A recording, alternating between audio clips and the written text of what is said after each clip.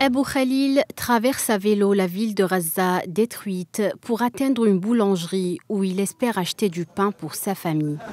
Ce Palestinien, à la tête d'une famille de 12 personnes, vit dans un appartement loué après que sa maison ait été partiellement détruite par les bombardements sionistes.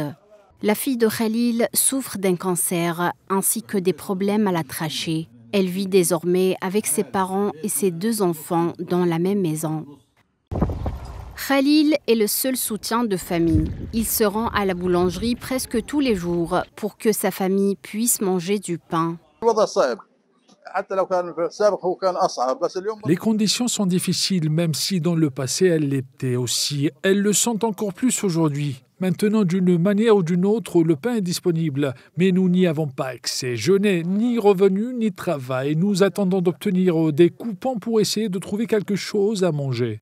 Le nord de l'enclave de Gaza est au bord de la famine. Depuis mars, aucune aide comparable à l'aide nécessaire pour conjurer la famine n'a été attribuée. Les Palestiniens désespérés cherchent de quoi se nourrir. Leur seul espoir est que la guerre cesse. Lorsque les camions d'aide arrivent, nous en recevons peu. Nous avons besoin de plus d'aide et la chose la plus importante que nous voulons, c'est que la guerre cesse. Nous voulons que la guerre s'arrête parce que si l'aide arrive et que la guerre continue, cela ne sert absolument à rien. Depuis le 7 octobre, la bande de Gaza est devenue un cimetière à ciel ouvert. Des milliers de Palestiniens ont été tués par les bombardements sionistes, mais aussi par la privation de nourriture.